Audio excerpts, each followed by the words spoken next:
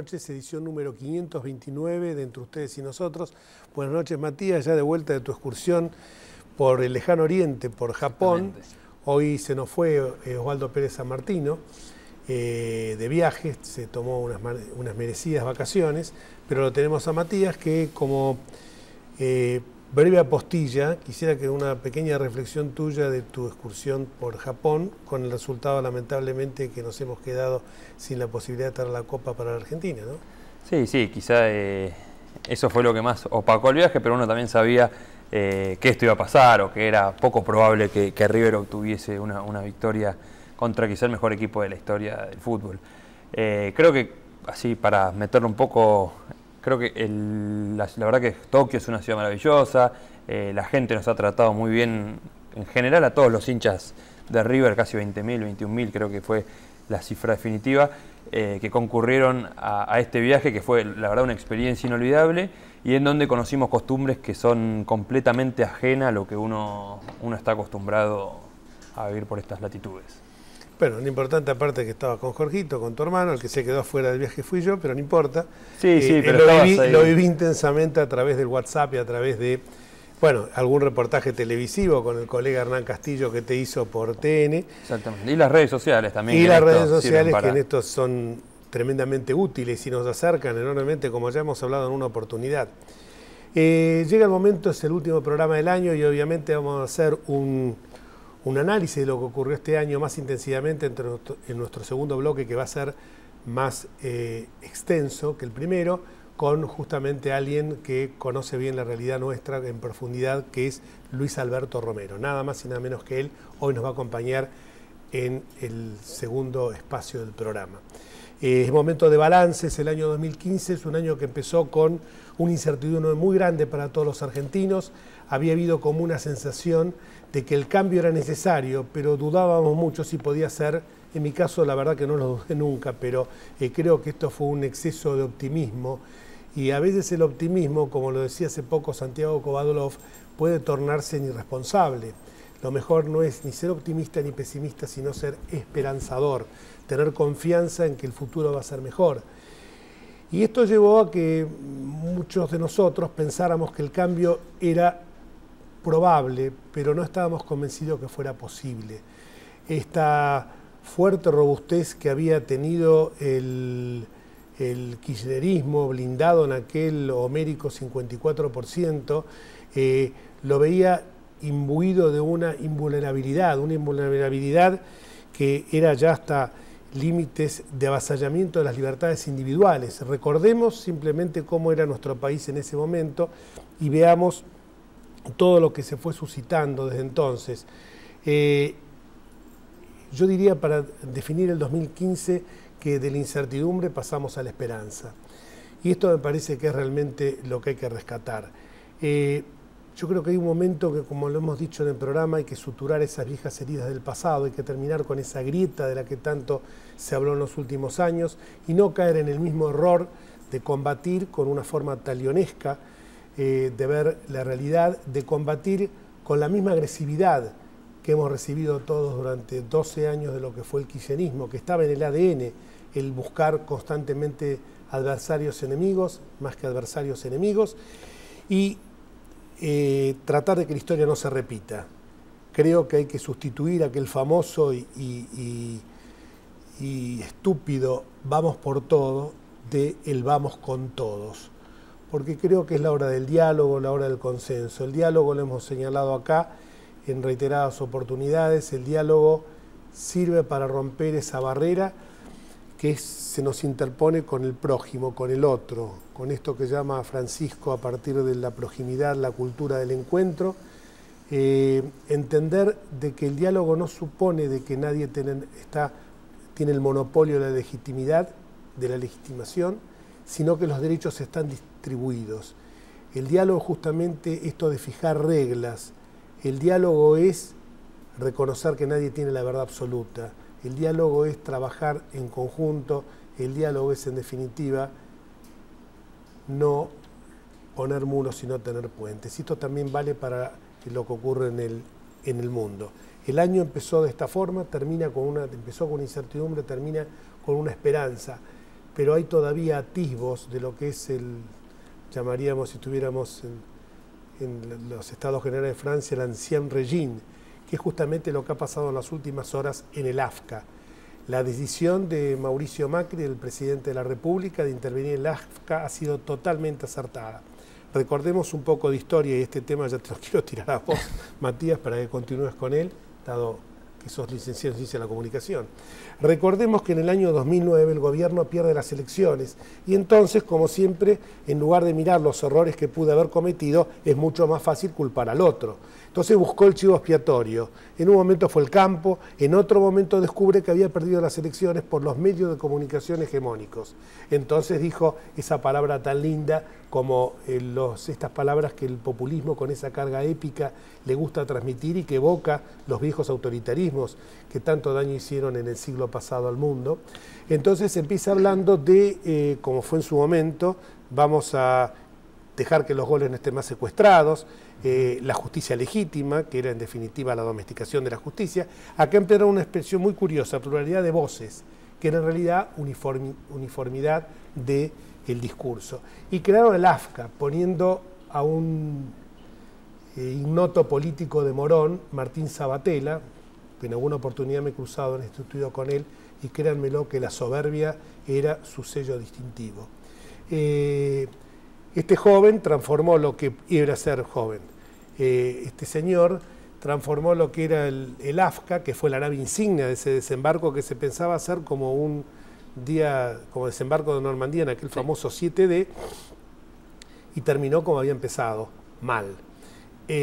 La verdad que además de todo reveló ser realmente un ignorante. Llegó hasta el extremo para resistir de interponer un recurso de habeas corpus. Yo no lo digo porque sea abogado, pero por favor, antes de recurrir a un abogado, consulte, porque me parece que el que le inició el recurso de habeas corpus no sabe que el habeas corpus tiene otra finalidad. El habeas corpus es para poder determinar dónde se encuentra el paradero de una persona, no es para resistir al frente de un organismo intervenido legítimamente por todas las tropelías que se habían cometido en él, transformándolo en una unidad básica. Y te lo dejo. Sí, en realidad creo que esa definición es perfecta, en realidad, para describir un poco la función del AFCA, que fue como un protector de la ley de medios, una ley de medios que en realidad era necesaria. Digo, la ley anterior era década del 80, realmente era necesaria una ley de medios nueva, pero mereció una reforma debido al gran avance que hubo en materia tecnológica, en materia comunicacional, un avance tecnológico. Pero de todos modos, esa ley, todos los que estamos acá en el estudio, y calculo que quienes están escuchando también el programa, sabían que tenía un enemigo y un punto, que era el Grupo Clarín. Nada más que la ley se hizo y a veces por ahí el espíritu de una ley puede ser muy honesto, pero, y lo ha demostrado mucho el kirchnerismo, a veces la función o lo que hay de trasfondo termina siendo como el verdadero origen que tiene, que no es el honesto que creemos todos, sino algo mucho más dañino. Esta ley puntualmente no tenía no concebía Internet como un medio, lo cual es absurdo. Digo, Internet está en todos nuestros dispositivos que tenemos acá, está, bueno, al libre acceso. Tampoco hablaba del federalismo informativo, que es algo que se ha dejado un poco, pero es interesante saber que en las provincias la relación de los medios es Estado dependiente, gobierno dependiente. Realmente no tienen la libertad de expresión que por ahí en algunos medios de la ciudad o por ahí en algunos otros medios de la ciudad se puede apreciar. Entonces creo que la intervención del AFCA era completamente necesaria por parte de Mauricio Macri. Creo que es una decisión que además va en coherencia con lo que dijo en la campaña. Entonces, si él habló de tratar de empezar a poner esto en cuestiones normales, me parece que empezar por el AFCA es un más que válido primer paso. Por eso no se entiende ni lo que se dijo de que lo comparaban con los vuelos de la muerte, que se trataba de una actitud típica de una dictadura, y mucho menos presentar un habeas corpus, vuelvo a repetir, recurso jurídico, judicial, remedio judicial para alguien que se encuentra privado ilegítimamente de su libertad. No era el caso, por cierto, de Sabatella. Pero bueno, esto de cuestionar la legitimidad de Macri es negar la democracia argentina, lo viene haciendo reiteradamente, y es muy grave esto que voy a decir ahora, porque el gobierno está desde el primer día que Mauricio Macri ganó las elecciones en el balotaje, que las ganó legítimamente, elecciones limpias, elecciones transparentes, con más del 51% de la gente que pidió el cambio, un cambio real, profundo, serio, con un trípode, pobreza cero, combatir el narcotráfico, que está muy claro, y sobre todo lo que pasó en las últimas horas en la provincia de Buenos Aires, y por último suturar la grieta que ha separado durante estos últimos años a los argentinos. Pero esto de llamar a la resistencia es algo que en la democracia no se aplica. En la democracia hay oficialismo y oposición, hay alternancia. Llamar a la resistencia evoca cuando uno está frente a un gobierno legítimo. El casticismo de Eve de Bonafini, por cierto, no habla solo de llamar a la resistencia, sino otras groserías muy típicas de esta señora. Pero esto me hace acordar cuando uno habla de resistencia, bueno, yo tengo unos cuantos años más que vos, ¿no? Es obvio. Pero me acuerdo que siempre yo veía películas de chico que hablaban de la resistencia francesa frente a los nazis. Claro. Vos fijate lo que estamos comparando. Conflictos bélicos, sí, sin duda. Parece de pleno siglo XX, mediados, comienzo. Realmente el término resistencia tiene una connotación que la verdad que llama mucho la atención, que se utilice ese término, y más en este país, bueno, con la historia que tuvimos no tan alejada de estos tiempos. La historia bien negra, por cierto. Vamos a una pausa y cuando volvemos, Luis Alberto Romero.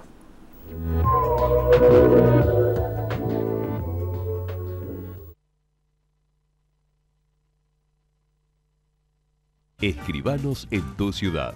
Nuestro consejo es prevenir problemas. Colegio de Escribanos de la Ciudad de Buenos Aires. Consejo Federal del Notariado Argentino.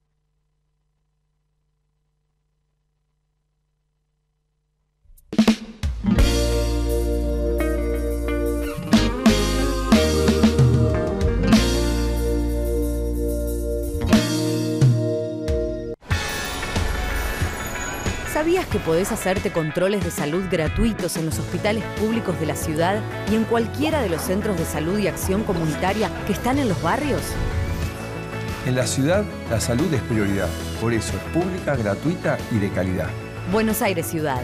En todo estás vos. Vivimos en un mundo que necesita minerales. Pero sabemos que, antes que nada, necesitamos un mundo donde vivir. Cámara Argentina de Empresarios Mineros. Por una minería limpia, segura y sustentable. Andar, obra social de viajantes vendedores de la República Argentina. La mejor cobertura familiar al mejor precio. Planes de salud para particulares, trabajadores en relación de dependencia y monotributistas. 0810-345-0184. Andar, www.andar.org.ar. Sin abogados no hay justicia. Si tiene alguna duda, consúltelos. Es un mensaje del Colegio Público de Abogados de la Capital Federal.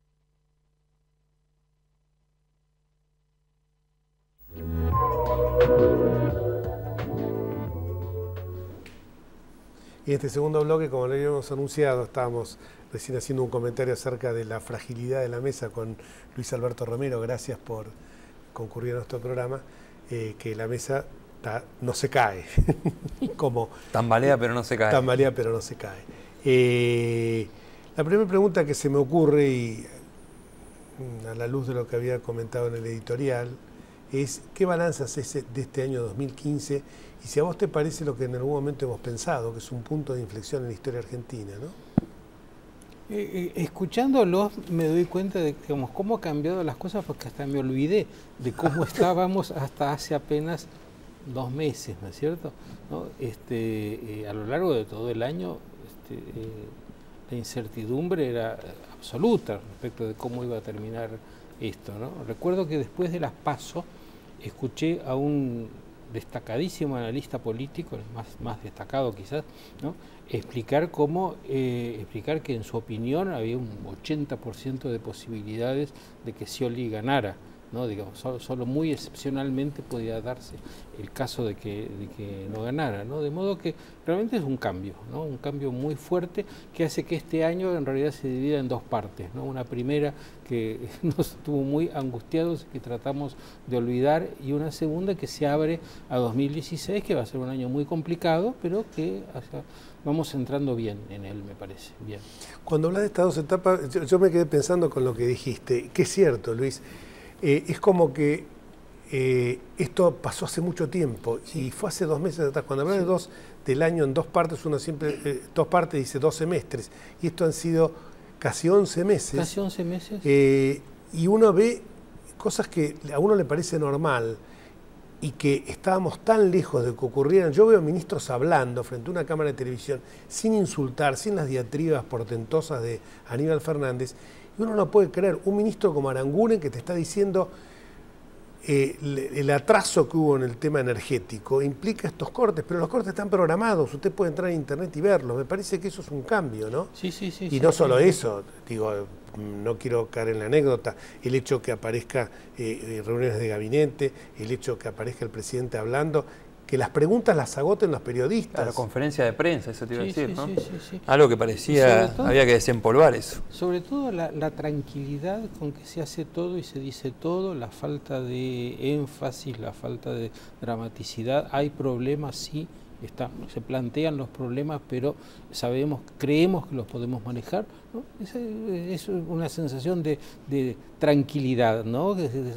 Deberíamos llamar normalidad, si no fuera que hace tanto tiempo que no la conocemos, que nos parece anormal lo que debería ser normal. Y tal cual. ¿Y cómo vemos estas reacciones de lo que yo decía, este llamado a la resistencia del kirchnerismo, esto que la presidenta lo haya llamado el otro día como 8 veces o 9 veces a Pichetto para que bloquee leyes en el Congreso? Sí, eso es notable, muy interesante para tratar de entenderlo, porque no es fácil de entender, ¿no? Y a la vez es lo que más preocupa, ¿no? A esta altura suponíamos que eso ya estaría desarmándose, ¿no?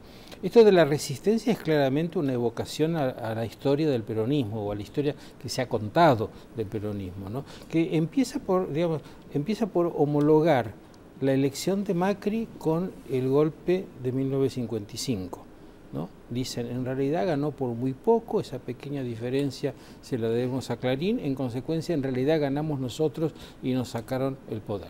Y luego, bueno, tenemos que empezar la resistencia como en el 55 para volver al poder, ¿no?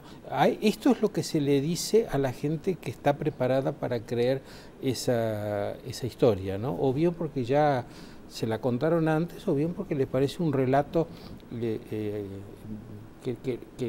le llena la vida, ¿no es cierto? ¿No? El problema es que, a diferencia de 1955, ahora tienen un montón de posiciones institucionales que hay que tener en cuenta, ¿no? Hasta ahora el gobierno se viene manejando muy bien en eso, ¿no?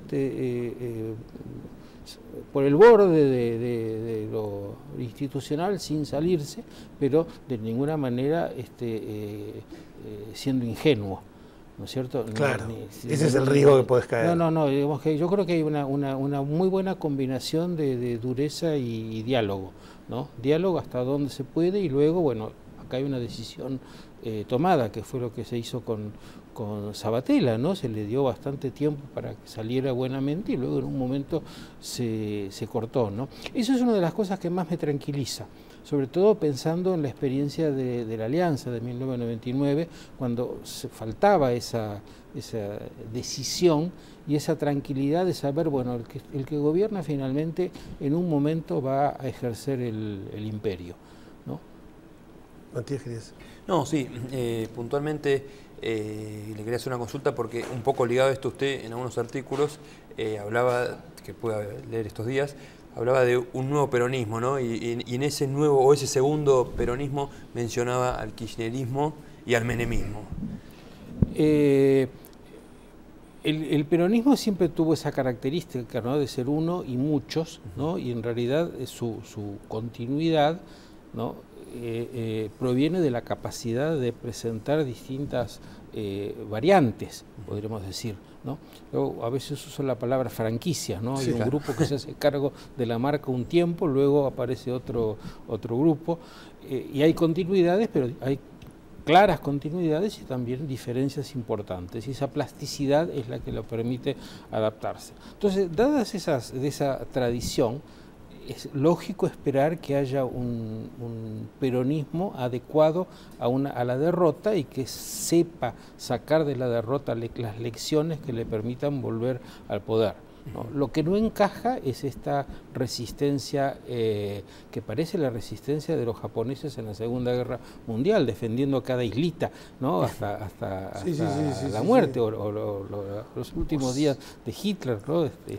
Ordenando que se destruya todo porque el pueblo alemán no merecía vivir si había sido derrotado. Eso encaja tan poco en nuestra cultura, en nuestra sensibilidad. No somos un pueblo que haya tenido grandes gestas heroicas como para decir estamos esperando la ocasión de volver a hacerlas, ¿no? Argentina es un país más bien pacífico. Uno ve lo que pasó, por ejemplo, con el tema de la fuga de los 3 asesinos del crimen de General Rodríguez, ¿no? Sí. Por el tema de la efedrina. Y uno ve la reacción de Aníbal Fernández. La gobernadora estuvo excelente como actuó, porque evidentemente, aparte, con 10 días de haber asumido, 18 días de haber asumido, no le pueden cargar la culpa a ella de una cúpula que ya venía hace años y que evidentemente, esto lo dijo clarito y hay que decir las cosas como son, los narcos han contado con apoyo de fuerzas federales y han contado también con el apoyo de algunos sectores políticos. Ahora, con la total desfachatez, sale Aníbal Fernández a hablar. Si de un tema no puede hablar Aníbal Fernández por la vinculación, es justamente este tema, que lo vincula con Messner, que lo vincula con otros personajes de ahí de la zona de Quilmes, y sale a hablar, o sea que a veces me parece que hasta es una burla hacia la gente. Pero el problema no es Aníbal Fernández, el problema es que uno sabe que hay a esta altura un 15% que espera oír eso y está contento. Ese es el gran drama nuestro y lo que tendríamos que poder explicar. Cómo hay gente que sigue quedándose con esa explicación, ¿no? Y ahí, bueno, es otra cosa en la que yo veo bien al gobierno, que está dando bien la batalla por la interpretación de lo que pasa. Está, en el caso de la fuga de los presos, claramente se dijo, bueno, este sistema que recibimos estaba totalmente podrido, no nos asombra que se hayan escapado, ¿no? La culpa es de lo que dejaron ustedes, ¿no? Si esto hubiera ocurrido en marzo habría sido más difícil decirlo, claro, ¿no? Por suerte ocurrió. Yo creo que en general estas cosas que revelan la magnitud de la destrucción del Estado y de las instituciones, es bueno que salgan. Es bueno que salgan de una manera así concreta, tangible, como fue el caso de la tragedia de Once, que fue pedagógicamente fue buenísimo, porque mostró hasta qué punto, de qué modo la corrupción mataba, como se dice, ¿no? Eso quedó bien claro, ¿no? Y este tipo de cosas yo creo que también ayudan al balance que, según se dice, en marzo va a presentar Macri en el Congreso, ¿no? Sí, tiene que hacer como hizo Vidal en la provincia de Buenos Aires. Lo que pasa es que yo creo que en la provincia de Buenos Aires la situación en términos comparativos era mucho más grave que en todo el país, ¿no? Me quedo también con el tema de que la corrupción mata, que tantas veces se dijo, y cuando uno ve que, bueno, dentro de todo ha habido condenas, y que las condenas no se ensayaron solamente con un maquinista, sino de que fueron repartidos los cargos, las cargas de la culpabilidad, estamos hablando de estragos. Sí. Y ahí resulta paradójico que un Estado que pretendía ser tan potente, un Estado omnipotente, termina siendo un Estado totalmente frágil, un Estado que no cuida la fragilidad de la gente, un Estado bobo. Esto lo dijimos cuando fue Cromañón y tantos otros. ¿Vos tenés también con este tema? No, que lamentablemente fue necesaria la tragedia de Once en su momento para renovar un poco el sistema ferroviario, y hoy justo lo decía Hernán Capielo, un periodista del diario La Nación, decía textual: la realidad se modificó sobre las tumbas de las víctimas. la verdad que el Estado debió haber prevenido ese hecho lamentable, fatídico, fatal, que tuvo 51 víctimas, y haberse preocupado por la condición en la que viajaban las personas, pero bueno, y eso digo un poco que lo traigamos ahora como enseñanza para que está bueno, si se quiere, que el Estado, si se quiere no, está bueno que el Estado se preocupe y prevenga estas cuestiones, sí, y no se ocupe después de un hecho fatal como fue en su momento, no solo la muerte de las 51 personas, sino los heridos que hubo y las familiares de una postilla. Quien se ocupó de esto fue Randazzo, que simultáneamente trabajaba por su candidatura presidencial. Cuando se acabó la posibilidad de la candidatura presidencial de Randazzo y Randazzo cayó en desgracia, se acabó la renovación ferroviaria. Claro. ¿No? La línea La Plata me dijeron que está preparado el escenario para la inauguración, pero que fuera de eso no hay nada hecho, ¿no? De modo que no es el Estado, desgraciadamente sigue siendo los gobernantes que en función de su programa político van haciendo las cosas o no haciéndolas, que es lo contrario de un Estado. Seguro. Claro. En el último minuto que nos queda del programa, hubo hace poco una reunión de intelectuales, entre los que participaste vos y otros también de tanto relieve, con el presidente Macri. Ahí aparece la foto donde están todos ustedes, está Fidanza, Novarti. Bueno, ¿qué es lo que se puede aportar desde el pensamiento? Sé que es mucho, pero que no caigamos en ese lenguaje críptico y absurdo que tenía Carta Abierta, ¿no? Bueno, en realidad creo que las personas que estábamos ahí, todas ellas hemos estado escribiendo bastante en esta época, al punto que yo diría que cada uno dijo más o menos lo que había estado escribiendo. Para mí lo más sorprendente de la reunión fue que Macri entró, dijo lo saludo al final, se sentó, sacó sus papeles, su lapicera y dijo empiecen. Y luego durante 40 minutos hubo una ronda en la que cada uno dijo lo suyo y él escuchó atentamente, anotó todo lo que le parecía importante y al final se tomó 10 o 15 minutos para comentar lo que había oído, dar respuestas, aclarar cosas, puntualizar cosas que no le parecía que estaban bien planteadas, ¿no? Pero esto de que el día que está interviniendo el AFSCA y que tiene los trabajadores de Cresta Roja cortando el camino, el presidente se tome una hora para escuchar lo que 12 señores que no representan más que a sí mismos tienen que decirle. Es todo un mensaje, ¿no es cierto? ¿No? Seguro. Y que la reunión no haya sido para aleccionarnos, sino para escuchar, ¿no? Me parece debería ser normal, pero otra vez es la novedad, ¿no es cierto? Es la Argentina nueva, sí, es lo que yo insisto tanto en que tenemos que tratar que la experiencia en la Argentina se transforme en enseñanza, ¿no es cierto? Y que uno, sepa que hay pensadores de que nos van a decir las cosas con sencillez, con claridad, no como decía yo, con el lenguaje críptico de los Foster y compañía, tan rebuscado por cierto, y es saludable que estén gente como ustedes y que sobre todo el presidente escuche, no que baje línea. Eso es lo mejor. Muchísimas gracias, Luis Alberto. Y nosotros nos vamos ahora hasta febrero del año próximo con unas vacaciones televisivas y deseándole a todos ustedes un muy feliz año 2016 con la esperanza, la fe y la esperanza puesta en un mundo mejor, en una Argentina mejor, basada en la construcción del diálogo permanente y en lo que Francisco Llama y tantas veces hemos dicho, la cultura del encuentro. Nos quedaba un saludo de esa Argentina esperanzada que nosotros queremos a un joven que nos ve todos los martes. A Félix Juliano le mandamos un saludo a un joven seguidor de este programa, que para él es el futuro. Chao, hasta el próximo martes si Dios quiere.